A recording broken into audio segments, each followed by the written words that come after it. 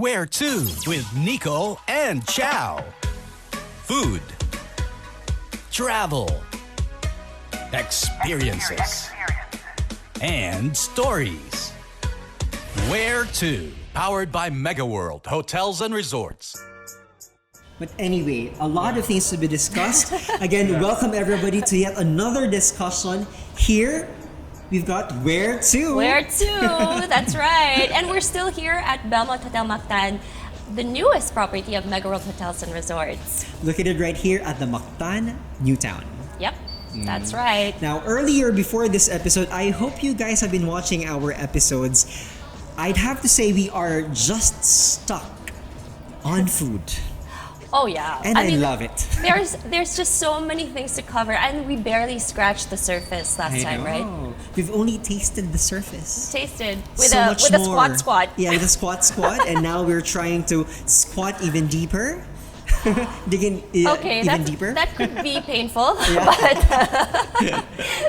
but we promise this is going to be enjoyable. Yes.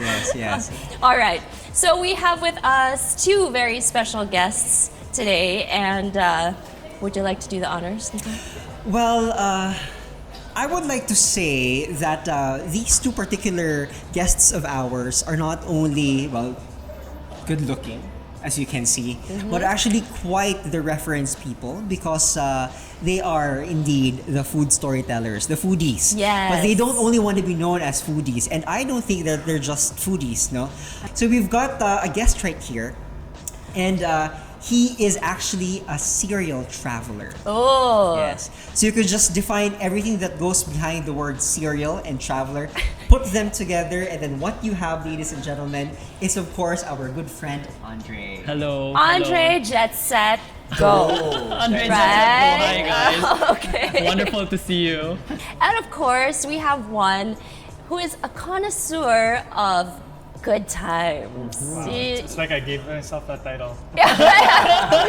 No, we've crowned you with that title. Thank you. Now it's official. Congratulations. I will gracefully receive it. You shall now be known as Yeah. The connoisseur. Yeah. The connoisseur Anyway, of good times. So we have with us Michael Sharpe. Yes. Hello, everyone. Thanks for having me, Nick and Chao. Yeah, of course. Pleasure is all ours. Now, there's a lot to be discussed about food. With us being here in Cebu, it's high time that also we get to talk about where else we can take the food industry here in Visayas, specifically in Cebu. That's why right now we've got a very good topic for you guys, and we want to talk about Tatak. Yes. But before we go into that, we just want to give a little bit of their background as well. Go ahead. Because Michael here is a co-organizer of the Cebu Food and Wine Festival, That's right? Yeah.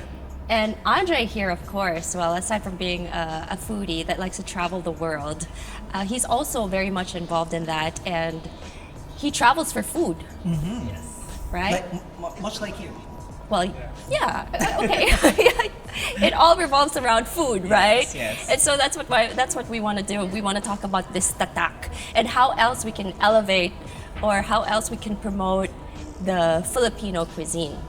I'm gonna play the dumb person here, no? So if you could really give us a brief description of what, because it sounds like a movement, Tatak. What is it all about, really, in a nutshell, so that all our audiences can relate to it? Okay, so for those who aren't familiar with what Tatak means stamp, right? Yeah. And so there's this kind of goal from the community, from the public and the private sectors, of really developing food tourism in the Philippines. As we know, as you guys mentioned, that's a big driver for tourism in general. You have people going to Italy for food, going to Spain for food, going to Japan for food. And so, we as proud Filipinos recognize that we have a lot of great cuisine, but then it often gets overlooked by other great cuisines in the region. You have Vietnamese food and Thai food, but we have our own great food, right? Yeah. And you can kind of see that in the Filipino diaspora in other countries, right? Like in the Bay Area, there's a lot of good I'm not sure if they're Michelin star restaurants, but a lot of popular restaurants that are Filipino cuisine. And what Tatak is we're trying to sort of not streamline, but kind of identify things that make Filipino food what it is. Like recognize it. Yeah, recognizing certain Yeah. characteristics of food and kind of like making a criteria for what that is, and kind of like honing, like promoting it and whatnot. Yeah. I think also in a way it's an effort to be able to elevate, give it its own pride, Yeah. that we are able to call it distinctly ours. Food identity. Food right? identity. Yeah, yeah. Yeah. I think this is just my opinion on this, but we're a nation that was occupied by so many different countries before that some of our culture kind of gets mixed in those cultures. They have a lot of like Spanish influence on us. There's a lot of great Japanese restaurants in Cebu, Yes. right? Like if you come here, I've lived abroad a little bit for school, and the Japanese food you get in Cebu is really good compared to other countries. That's because of you could say the Japanese occupation after during World War II. But then there's also so much like local food coming from our you would say native history as well that doesn't get as much attention, right? Like me and Dre were talking about how there's so many like fine restaurants for these international cuisines, but like for local cuisines, it's still very much like family oriented. And while that's great, it's kind of just at that level still. But there are restaurants right now that are like coming through, like in the pipeline in Manila and in Cebu, that's kind of putting our cuisine on a different platform. And so, one thing that's happening here, there's this food and wine festival that's happening in its third year. And its goal is to promote not just Filipino cuisine, but all the cuisines, all the different restaurants in Cebu. But this year, the goal really was to bring in chefs from around the country. We have chefs from Ilocos, from Baguio, from Manila, Amazing. taking their expertise, their flavor, no pun intended, bringing it to Cebu and kind of putting their spin on local Cebu cuisine. So that's one way we're trying to build this brand of Filipino identity. To really own it. Yeah. That's right.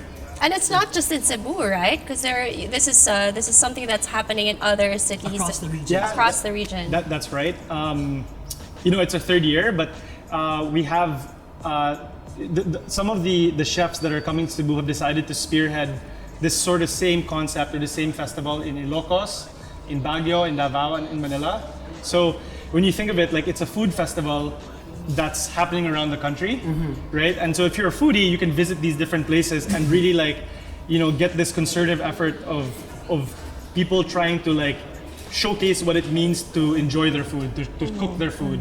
So yeah, it's a lot happening. So Mike, are we moving backwards and then putting a stamp at Tatak with all the past dishes that we have, or are we moving forward and just creating new dishes and then really stamping it our own?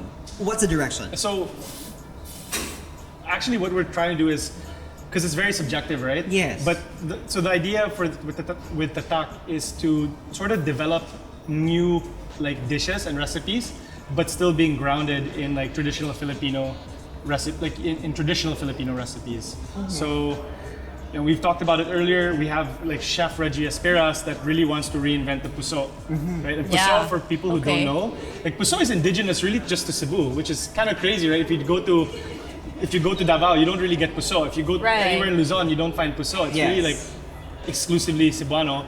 And it's just rice in coconut leaves. Yes. It's how she plans to redefine that. You'll have to find out. Come visit us in Cebu. That's almost scary, huh? Because when you redefine it, that means does that mean you will alter it, right? Yeah. And how would people or the locals actually receive that? True. And I think that's the interesting part with this Tatak, because we know what our food is. Right. But then it's creating a spin out of it and making it more new and exciting. I think over the last year, we've been promoting for people to start traveling again. I would say 2022, we were making people just start to travel. Hey, let's travel again. But this year in 2023, we want people to keep coming back. And what else than creating new food, creating new experiences when they come and visit. So the nice thing about it is this is not just in Cebu, this is happening in Luzon, Visayas, and Mindanao. So over the course of the year, you're gonna be able to experience new food, new exciting recipes and flavors from what you originally thought was already The best. good. Yeah. You're gonna be able to say, hey, apparently Filipino food can be more than what it is. Yeah. I think it's high time that we, promote it, right? Because for a long time, I think, like you mentioned, there's Thai food, there's Italian, that's also very popular, but you rarely hear about Filipino cuisine. I mean, we had a very quick discussion about Michelin-starred restaurants, and I believe there's only one Filipino Michelin-starred restaurant in the U.S., and Michelin has never been here. Yeah, like In the it's- I'm gonna piggyback on that one, just for everybody's comparison, because the way I'm understanding it, the push on Tatak or food stamping, our local version, is it much like in comparison to the Michelin star rating well, like, in a way, or what? I mean, Your thoughts on it? for like what getting a Michelin star is it's there's about 150, if I'm not mistaken, Michelin Rated. rated restaurants, right? And we were saying earlier that it's to earn a Michelin star, you're judged solely on your food. Yes. Right? And the criteria behind that is like, how well does the chef express his personality on the food? What are the techniques used, and how well those techniques are executed? How is that found in the food? Right? The quality of the ingredients. So Tatak it follows that same vein where, we have to identify elements of food. What makes a puso, right? Like, is a tire if it's square, right? Like, what makes this?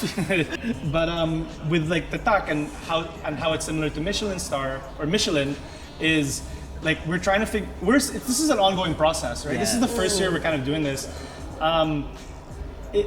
We're still figuring out like what the criteria is for certain dishes, right? And then also promoting development and like pushing the boundaries on like what the food can be. So yeah, that's kind of where we're at this year. It's the first year doing this. I'm gonna latch on that one. How do we see ourselves moving forward? First question, who can participate and how can they participate in this goal? I know that there are chefs that are developing recipes during the Food and Wine Festival, for example, but I know it's not limited to that. For sure it's not. But I know they're using the festival as a means of like starting Getting this the goal. word out Yeah. there. Yeah. But eventually, do you see this because it's an opportunity, It is. diba? Yeah. To get your food innovation, design, your dish out there and getting it stamped and for people to get recognized that it's us who did it, right?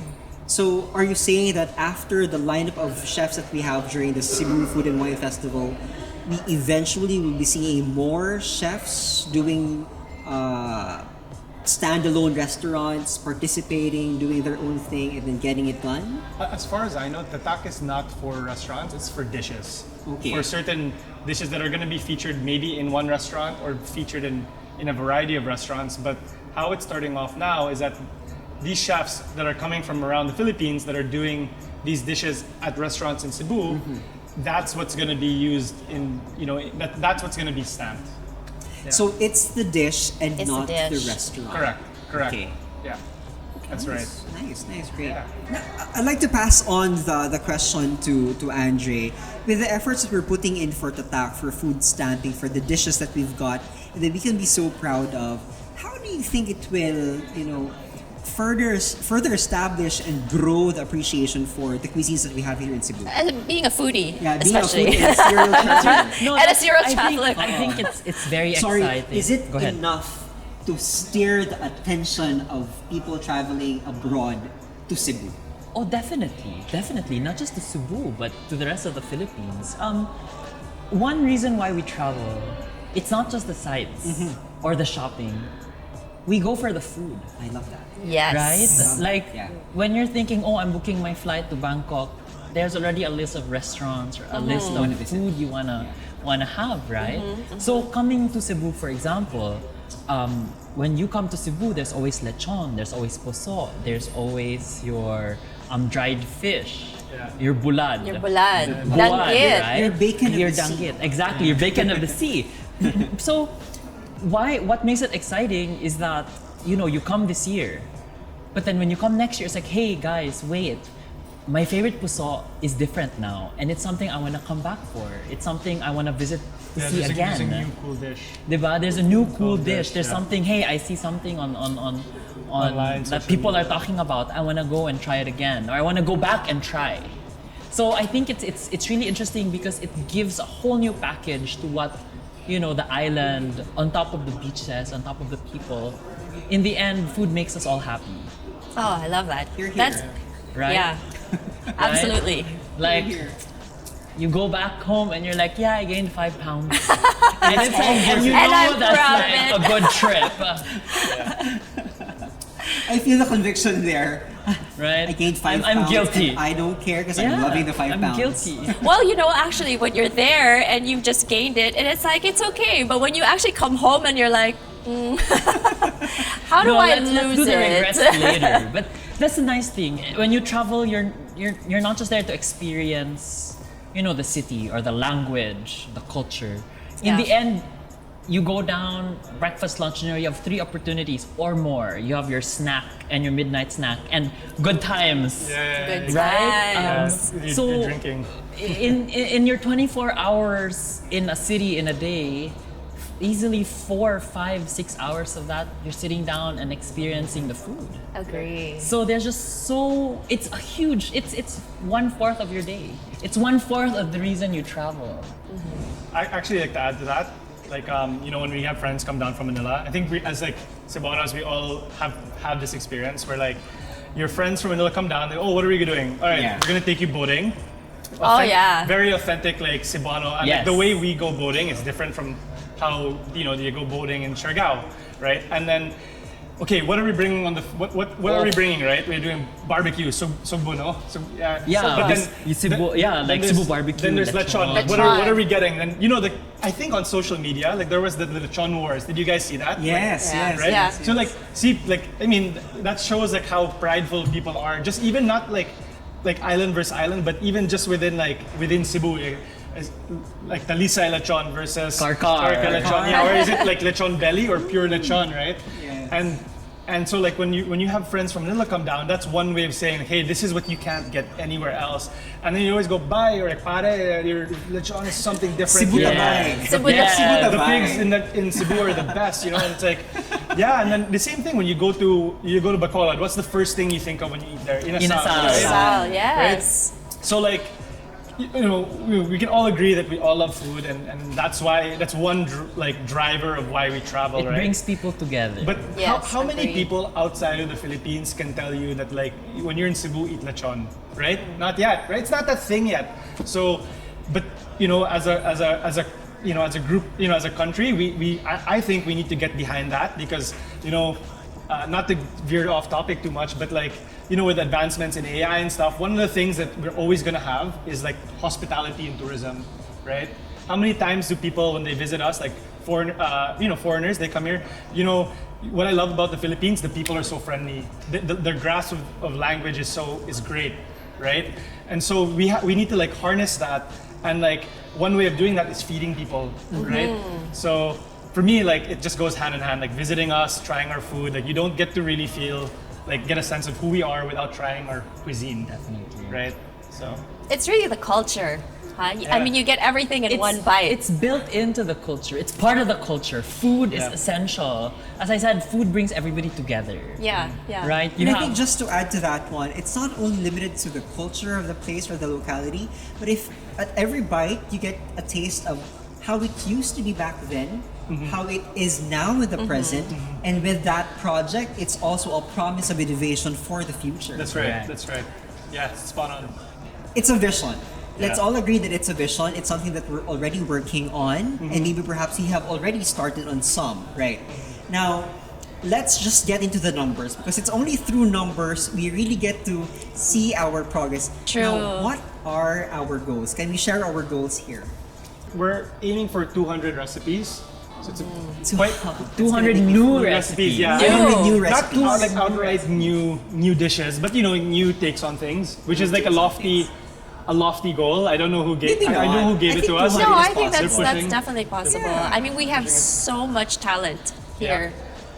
So yeah, there's that. There's 200 new recipes or takes, but then as you said, we are prepared for that in a sense because we have for like the festival we have 25 chefs coming in from around the Philippines. That's pretty awesome to have 25 new Celebrated chefs. celebrated chefs in Cebu doing their thing. And that's great because their expertise is going to rub off on local talent here and vice versa. I like when you said 25 chefs, celebrated chefs in the Philippines are coming over to, push the boundaries, push the envelope of really identifying innovation in the food industry in Cebu. And what that tells me is that we are at some point, correct me if I'm wrong, Andre, we are already at some point opening up our comfort zone and letting other people give us or shed more light on how else our food can grow and be enjoyed. Which I think is at the same time very forward thinking, and you have to admit it's very humbling. It is. Diba? Because you can always comment, Andre, na as a region, I've studied and worked here in Cebu for the longest time, and I can say that Cebu or Cebuanos are one of the more regionalistic people. We protect what we have. Yeah. And nothing is wrong with that. Nothing is wrong with that, and we have to talk about it. But this time we are opening up our doors. Would you like to Yes. comment on that? Yeah, you're right.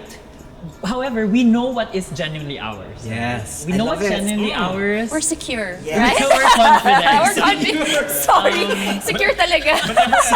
Everyone else is secure. We're not implying. Yeah. I mean, everybody is, but it's nice to see what's new and what else the possibilities are. Yeah. I think there's just so much. Everybody just has new ideas, and it's so nice to be able to see the ideas, taste ideas even better, right? Taste. Oh, I love that. Yeah. Juicy, So, yes. so it's exciting. It's exciting months ahead for Cebu and for Ilocos, Baguio, and Davao. Yeah, and Manila. And Manila. And too. Manila. Let's not forget Manila. Yeah, of course. Yeah. So it's exciting times ahead. New experiences, and everybody wants something new. Shake things up a bit. Shake things up. Now, on that note, let's wrap it up because we don't want to extend more than 20 minutes here, guys. We're on a budget. So, let's just go through around the room and then ask your key takeaway from this discussion from Tatak to what Cebu is doing, from food innovation, anything that you think of. Let's start with our gentleman right here, Mike. Go ahead. Takeaways. Okay, well, I've been working on this project now for a couple months. The takeaway I have to share with our audience is that, if you haven't been to Cebu or if you haven't traveled, I strongly suggest come visiting us. We have a lot of cool restaurants opening up in Cebu. Manila has got an awesome foodie scene already. It's comparable to a lot of other big cities, but Cebu is the second biggest metropolitan area outside of Manila, right? Or it's the biggest outside of Manila, and I say come here. We have our own flavor of mountains and ocean and like Cebuano hospitality as well. Agree. And the food scene is also really good. And I think you have to come try it for yourself, right? So that's my takeaway. Come visit us. Well put. Yeah, Well put. we're Thank you, very Mike. nice people. Yeah. You're very nice Very people. nice people. I love that. Humble as well. Humble. How about you, Andre? Well, so adding up, Mike got the food right. Mike got the food taken care of, but I want people to come to Cebu and experience what Cebu is. More than just the food, there's just so much to see here. Come and fly into our beautiful new airport, which is the best in Yes. Asia, Best in right? Asia. It's the best in Asia. Come fly in, experience. The nice thing about Cebu is you get, as what Mike was saying, the mountains to the sea in an hour. Yeah. You can, if you're feeling the beach this morning, you have the beach. If you're feeling a bit cooler weather, drive up an hour and you're at the mountains already. And there's just so much things to do. The beaches and the experiences and the adventures that you can have here in Cebu. It's a wonderful place. It's here. It's here in Cebu. Uh-huh. It's awesome. And don't forget the people. Yeah. Right? How about you, Michelle? I was gonna ask you the same No, thing. not you first. No, no, I would have to agree. I mean, I've lived here for a very long time, and so you get the best of both worlds. You know, we always talk about how, you know, you could do your work a whole day, and at night you can have your happy hour by the beach, or maybe go up to Busay, you know, enjoy the cool weather. And that's one of the things I really miss about Cebu. But another thing, another takeaway is really the Tatak. And, you know, my husband and I like to travel a lot, and like you, Mike, you know, we really plot our itinerary with restaurants and forget the museum. I mean, I'm going to this. Really. I'm sorry. I'm really sorry, Please but don't skip out on your museum it visits. took me 2 months to book this, so forget that. I'm going to this restaurant, right? And so I think it's high time. It's really high time that we do this, and that we're really proud of our roots, because there's so much talent. There's so many things that the Filipinos can do, and we could really banner this, you know, Filipino cuisine. How about you? Amazing. You know, I'm just gonna say it like this: that I am not from Cebu, and you know that. I'm coming from another city in the Philippines, but I've again studied and worked here for like, give or take 15 years, and then I flew out again for another city. My key takeaway to that experience in relation to what we've talked about is that Cebu is a place that you'd really fall in love with. And yes, I'd have to agree, it's not really just about the food. It's not just about the fact that it only takes us 30 to 40 minutes to an hour to get to the sea, to get to the mountains, and to get to the city. Yeah. But it's really also all about the entire experience that makes up Cebu a palatable experience. You know? And it's something that we want everybody to consider. That if you fly into Cebu, there's always something for you to enjoy, something for you to experience, something for you to remember, and better yet, something for you to share when you go back home. And all that and more right here at Whereto.